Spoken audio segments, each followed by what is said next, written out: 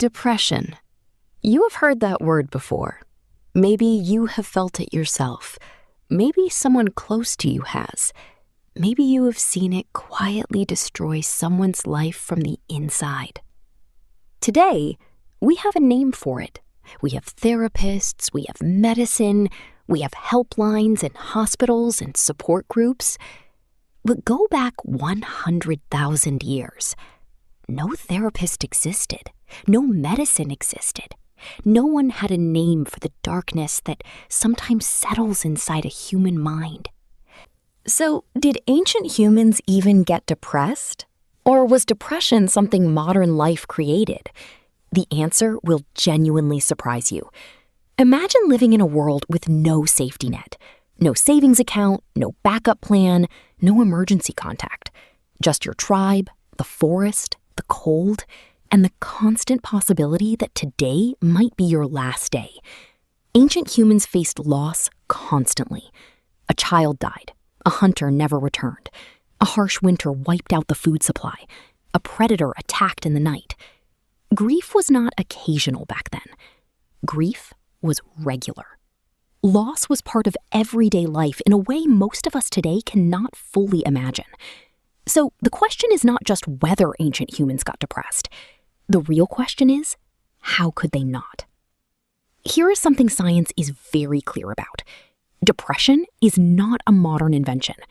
It is not caused by social media. It is not caused by office jobs. It is not caused by sitting indoors all day. Depression lives inside human biology.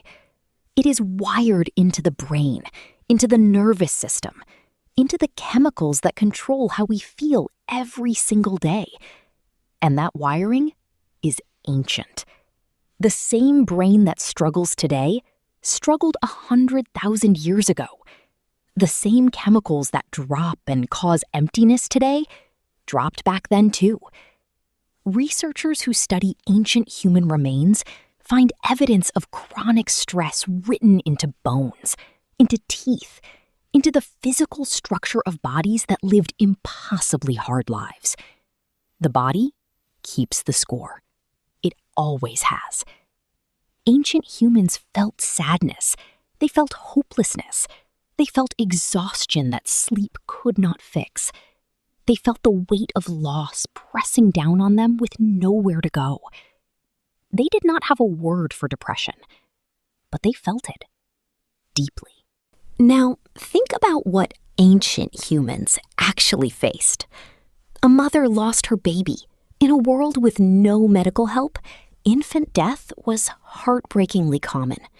Losing a child was not rare. It was expected. And expected does not mean painless. A hunter lost his closest friend to a predator attack. One moment together, the next moment, gone forever. A drought came. Food disappeared. The tribe grew weak. Children cried from hunger every night. A harsh winter arrived without warning. People froze. People starved.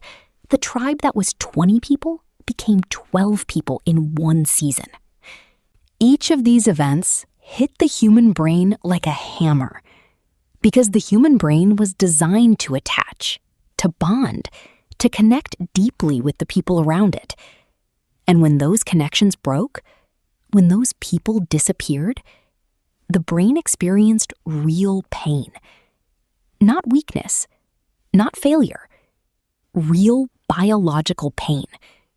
The same pain you feel today when you lose someone you love. Ancient humans felt that. Every single one of them.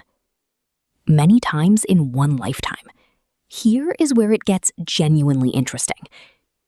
Ancient humans had no therapist, no medicine, no self-help book waiting on a shelf, but they had things that modern life has slowly taken away.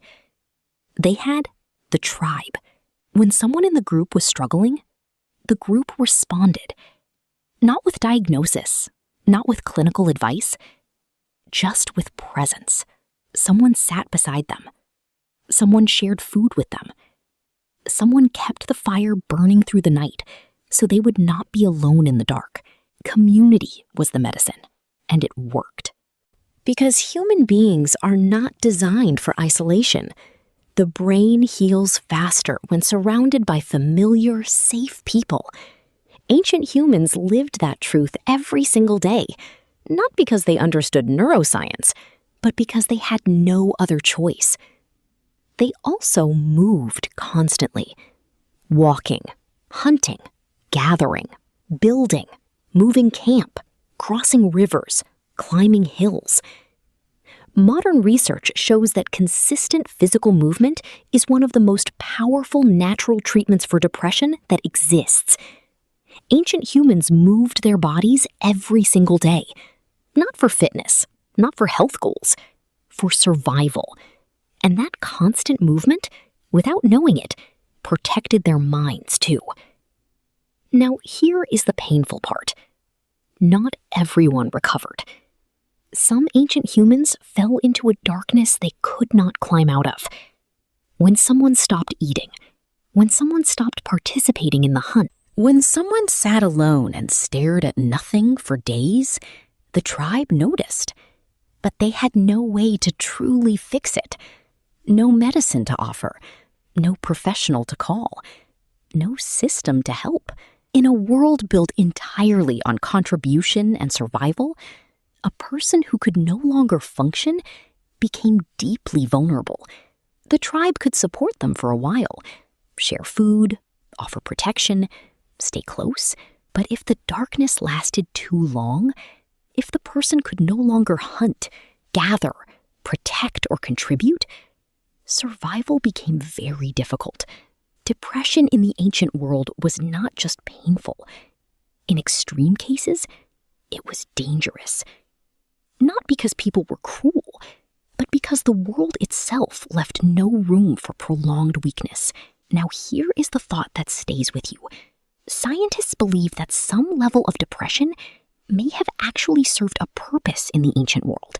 When everything went wrong, when food disappeared, when danger surrounded the tribe, when loss came repeatedly, slowing down made sense.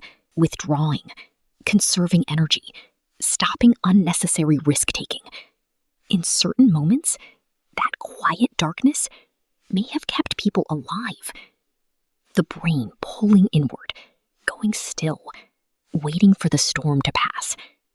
Not every low moment was a disorder. Sometimes it was the brain doing exactly what it needed to do to survive another day. The problem is, that ancient survival response did not disappear. It is still inside every human brain today.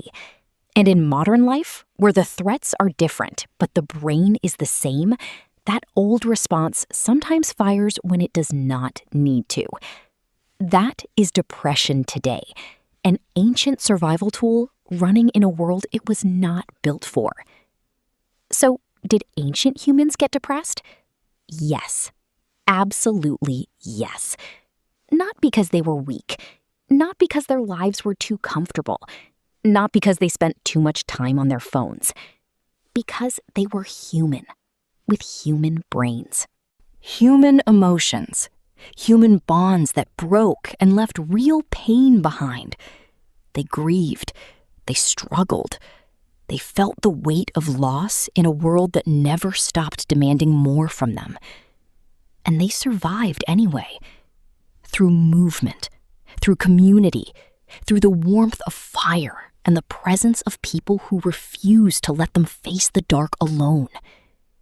They did not have the words we have today. They did not have the treatments we have today. But they had each other. And sometimes, that was exactly enough. If this video made you feel something, give it a like. It means more than you know. And if you want to keep exploring the hidden emotional lives of our ancient ancestors, subscribe to this channel. Because the story of who we are goes back much further than most people realize. See you in the next one.